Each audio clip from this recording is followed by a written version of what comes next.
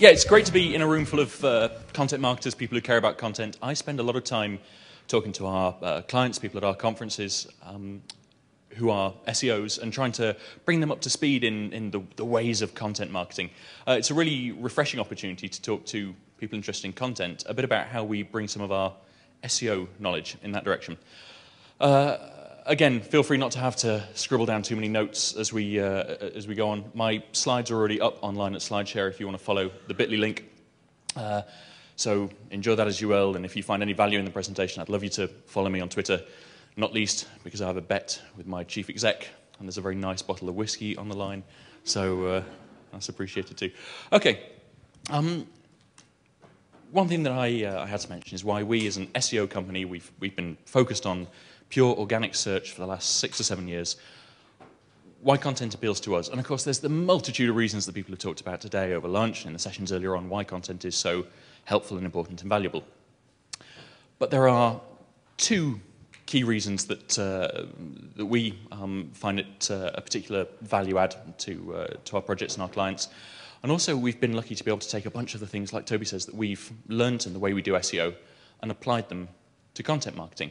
And that's really where I want to focus the second half of the things I want to talk about, and try and share some very tactical advice for you. I'm not going to go too broad, I'm not going to go too deep, but I want to give you some things you can take away, and whether it's you or your marketing departments, your content marketing teams, start doing as soon as you get back to the office, as it were. I want to wind the clock back a little bit at how SEOs were working and how we were doing SEO only a few years ago.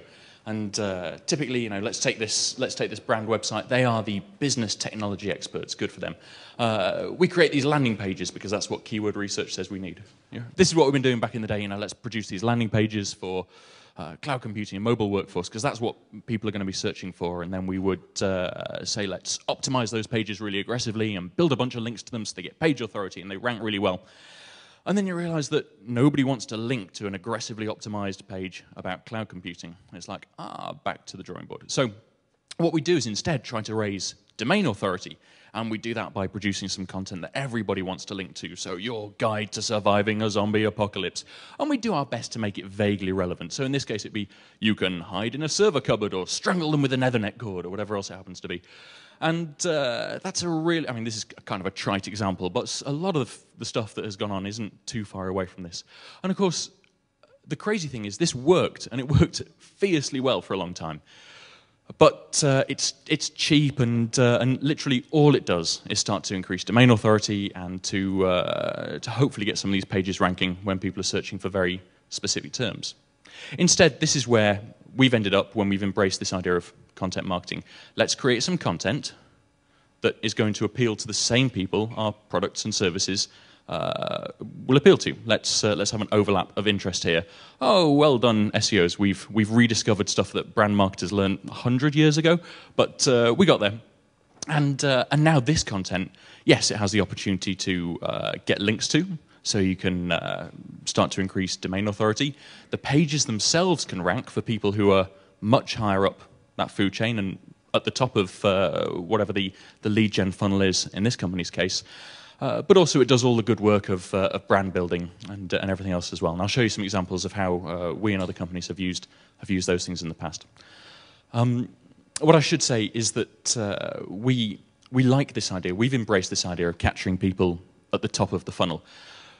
Not least because it gives us so much longer to influence them and to interact with them. And for companies that are based on a lead gen and a demand gen model, you know how effectively this works. A great example in the travel space is friends of ours at Oyster.com, who are a hotel reviews and booking site, which I'm very fond of.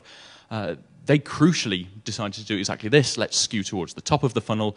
Then we get months or years to influence people before they make their hotel booking, rather than hotel sites who are trying to catch you at the last possible second when you're ready to make a purchase, and you don't get much chance other than to either convert them or not. Anyway, the other example, the other reason why we as SEOs love content marketing is when we hit this spot where we've basically tapped out a search market, where we've got all the search volume we think we can for these kind of head phrases like cloud computing or whatever. The canonical example of this from an industry very different to many of yours at the moment was men's razor. If you want to buy a men's razor online, you go and you search, and This is the search volume for men's razor on google.com. If an SEO looked at this, they would run away screaming and say there's no business model there. But we know exactly what happened, right? This handsome bastard came along and told us, you can buy a bunch of razors for $1 a month, and fantastic, and everybody linked to it and saw the video and loved the site. And now let's have a look at the search volume for Dollar Shave Club compared to men's razor. They created a market where one didn't exist before. And this works phenomenally well when the search volume is very low, when you've tapped out a search market. So this is probably the biggest reason that we're trying to add on content marketing to a lot of what we do from an SEO perspective. Here's some examples of content we created for a UK business who, in the same way that many of you do, they work on a long lead time. They sell business insurance. But nobody searches for business insurance because they're ready to buy business insurance. What they do is they've been running a small business for 6 months or 12 months, realize they need to up their game and do things properly and behave like a proper business, so they buy business insurance. So what we try and do is capture them weeks or months beforehand with some content that's appropriate to them at that stage when they're higher up the funnel and when critically they don't even know that they're looking for us. So this is the small business guide to blogging and productivity and how to hire your first employee. And the reason this content's been so effective for clients like this is they get the opportunity to, one, have this stuff shared all over the web, and people find it, people enjoy it, people might sign up to a newsletter or watch a webinar, and they get to build that ongoing relationship with them. But secondly, this kind of content ranks, and ranks in a way that we care about. So if this was how to defend yourself against a zombie attack, that's never going to rank in a way that's going to create a long-term relationship, but this kind of stuff does. It's been very effective for them, things have gone well. This is some publicly available data, so I don't mind sharing it, but for these guys in particular, we could see a good spike in referred traffic and direct traffic every time we publish these kind of things, and the long-term slope has been in exactly the direction we want as well. So we can keep creating this kind of content that catches people at the top of the funnel when they're not looking for us, content that's going to rank for terms that are way higher than the normal conversion path we might take. And we can get great results in terms of links and likes and shares and whatever else it might be. But the secret here, the thing we're missing, is not just great content. So I'm not going to dwell on the content generation phase, because Toby and everybody else can talk about that. And I can answer questions about it later on as well. But we have to do what we refer to as outreach. You might call this online PR, or it could be a function of a social media team. But this is where we take that great content and make sure it gets in front of people and make sure we get an audience for it. We've been lucky enough to build an awesome outreach team at Distilled who are doing this for a bunch of our clients, but we also try to train and teach people to build a team in-house, whether a dedicated team or people from different functions of the business, to do this themselves. And I want to talk about it very much in the context of taking the great content you have and getting it in front of the right people. And the right people in these cases are not necessarily the people who are ever going to be purchasing your product or service or actually becoming a lead for you in the short term. The people that you want to put your content in front of are those who have an audience, as I think Toby mentioned earlier on. This is an ability to create a multiplying effect by talking to people who might have great reach from their social accounts. You might be able to get the content in front of people who can give you strong links or share it on popular blogs or websites or journalists or whatever else. Critically, we think of those people as basically gatekeepers to the audience. As you're building up your own audience, you're accessing these gatekeepers as well. And we therefore end up creating content that both has to appeal to potential customers, content that's potentially going to be shared and linked to and everything else, but also content that's going to appeal and add value to the people who we want to share it. And it takes hustle and it takes hard work, and I'm going to step you through a couple of the tactics that we use for doing that. First, I just wanted to share the priorities I've given to our in-house outreach team and the priorities I give to teams who are doing outreach and online PR elsewhere. And these, critically, are in order of my priority. Firstly, I want a team like this to be building relationships. That's number one. Secondly, if they can get coverage for our content and get people talking about it and get it seen and give it visibility, that's great. And thirdly is the idea that they can get links to content. Now, Historically, SEOs would have aggressively gone after the links, and all we care about is links to our content. And if we have to build some relationships to do that, oh my God, I have to talk to some real people, but that's fine, and we go through it. But this is where we've found ourselves at. So when we start talking about building relationships, I'm going to mention first the idea of how we identify those targets and those people we're going after. And I know Toby was particularly keen for me to show a few examples of how we do this and the process we might step through. Firstly, this is simple. You can just go on Google and start looking for people. Take a look for, let's say we're promoting some cloud computing content. Search for cloud computing blogs. But then critically, as you get more developed at this, it's a kind of a waste of time to be searching for individual bloggers or journalists or whatever else. So what I particularly like to do and encourage you to do is look for curated lists. Look for people who've already done the legwork for you. Look for the best cloud computing blogs, or look for a list of men's fashion blogs or whatever else. I've listed some creative Google queries there that I think Group High shared a year or two ago.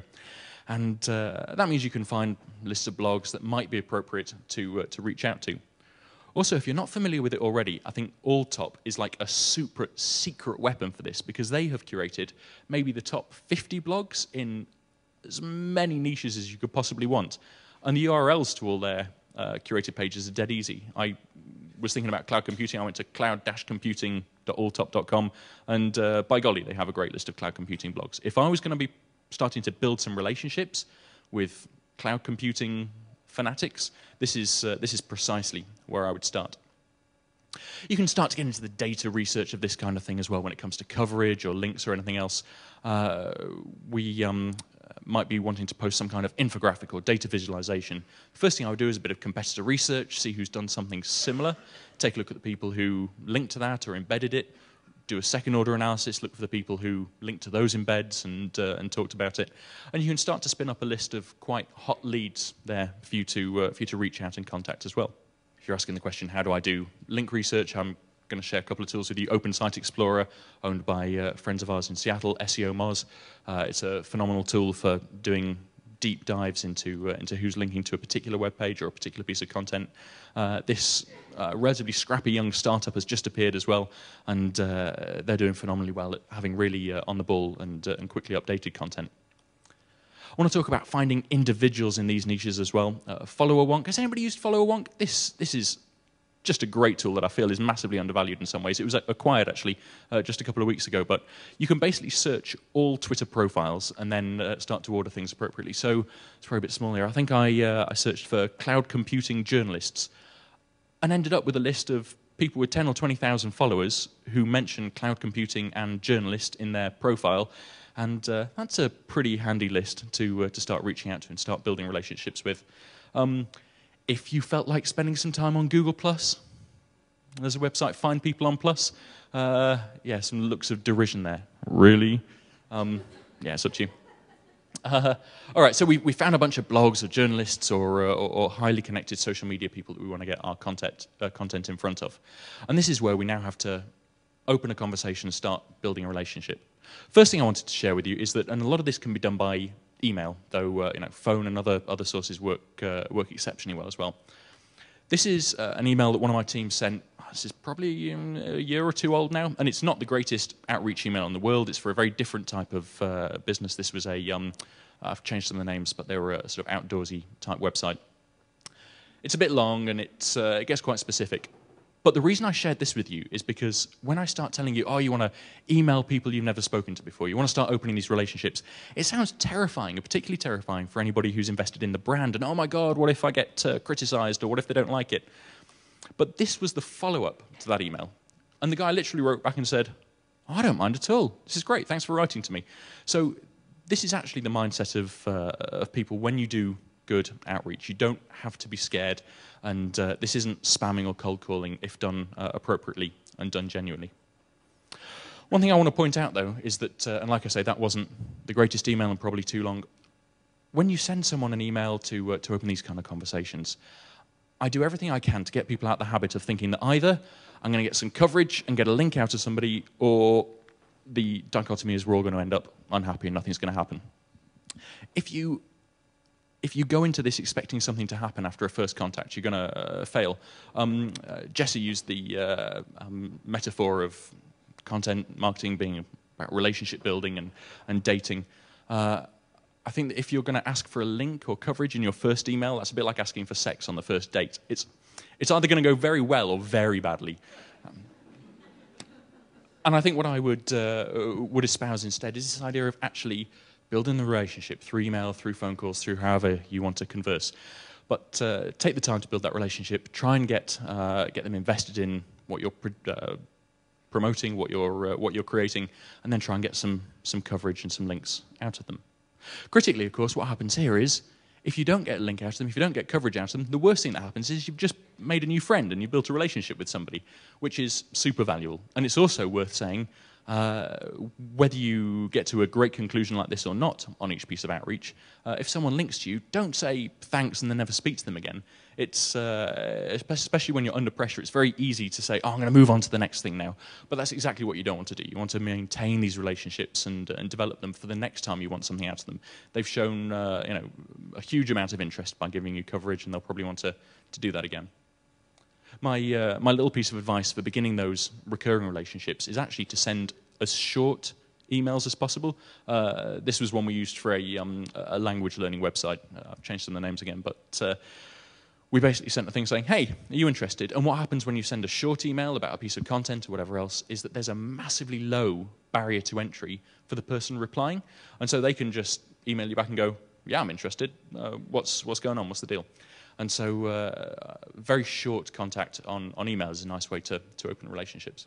Again, something else that I know posts are interested in is this idea of these first contact strategies. And I've talked about emailing people somewhat out the blue, but it definitely doesn't have to be like that, and probably shouldn't in the cases where you've got time to actually invest and spend on these things. This is the kind of routine you could decide to go through. I'm going to follow them on Twitter, then drop some comments on their blog, then retweet stuff of theirs.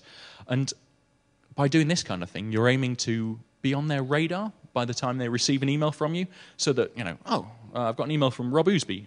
Wait, I know that guy. Didn't he follow me last week? Or didn't he leave that awesome comment on my blog? And so you can go through a process like this just to get on their radar. You can even gamify it a little bit if necessary.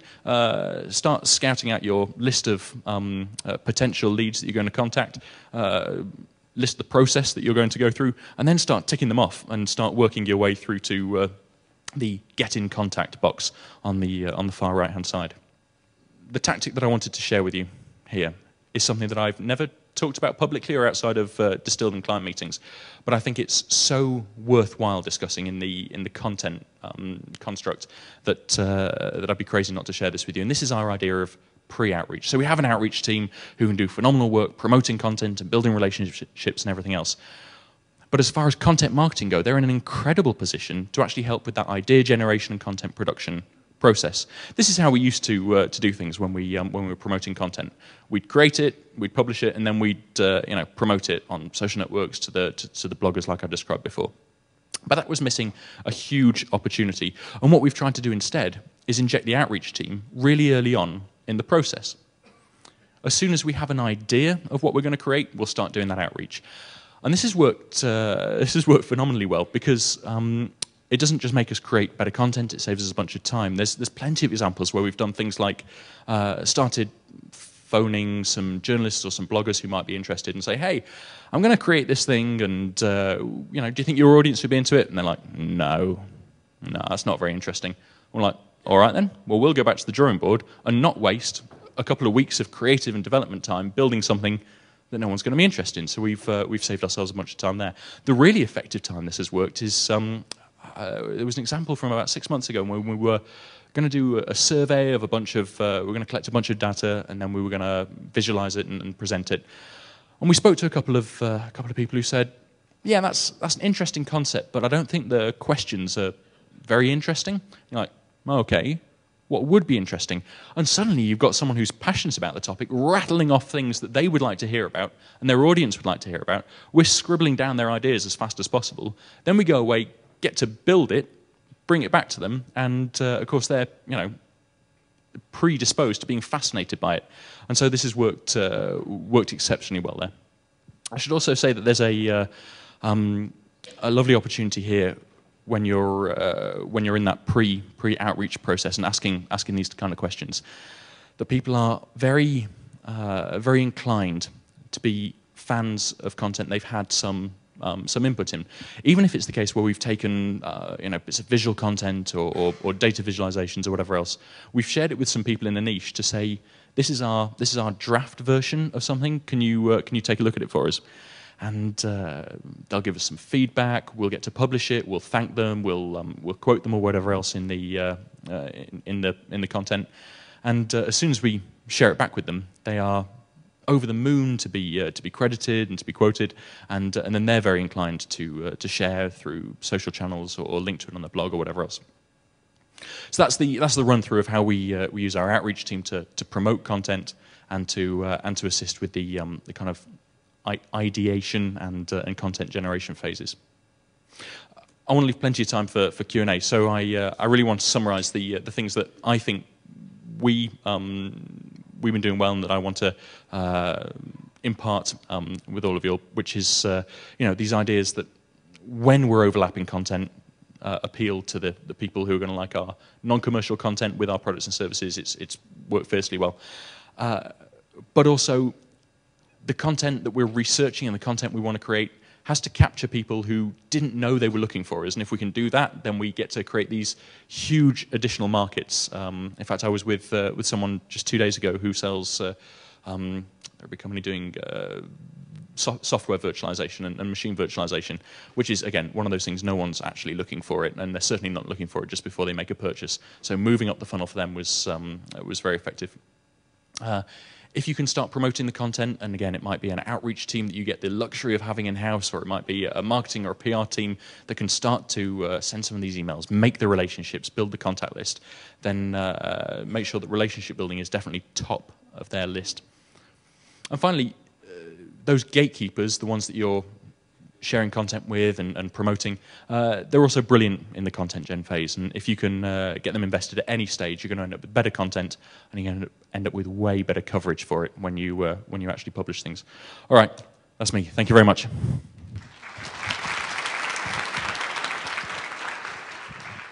Thank you, Rob. I think that was fantastic. Again, I see so many content marketers, they produce content, and then they're like, I got no audience. And what people quickly come to realize is if you put in, half your effort into producing content, you needed to put the other half into actually promoting it to get that audience going.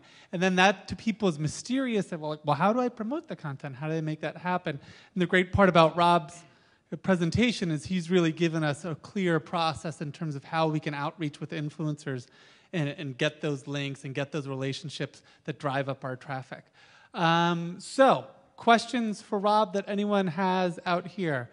Hi, my name is Ram. I'm from Sierra Circuits. My question is about tracking keywords driving traffic to competitor websites. So if I have to identify specific keywords that drive traffic to a particular page on a competitor's website, are there strategies for that?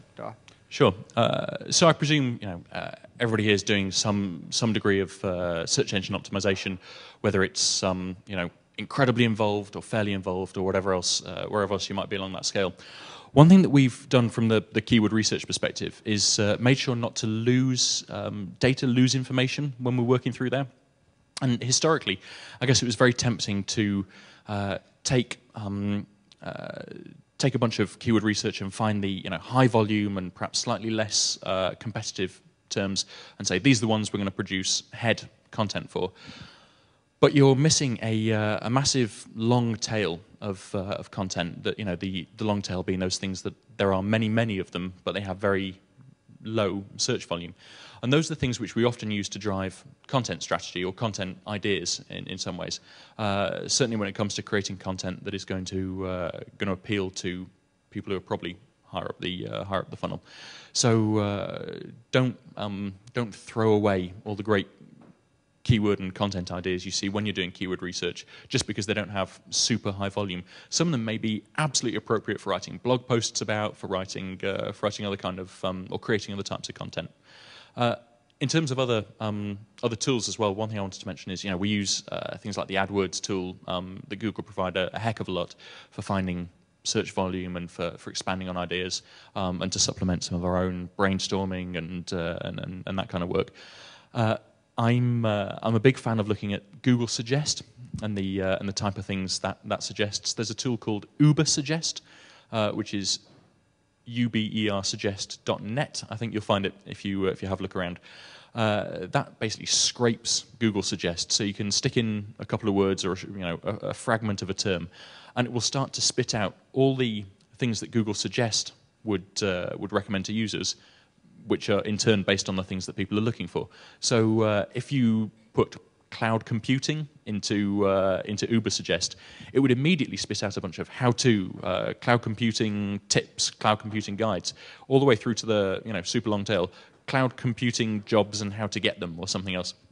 And that's a fascinating way of beginning that kind of keyword research process and trying to find things that you will want to write about. And the other side, of course, is to look at some of the offline and external things, not necessarily what your competitors are doing, but what similar companies in other industries are doing.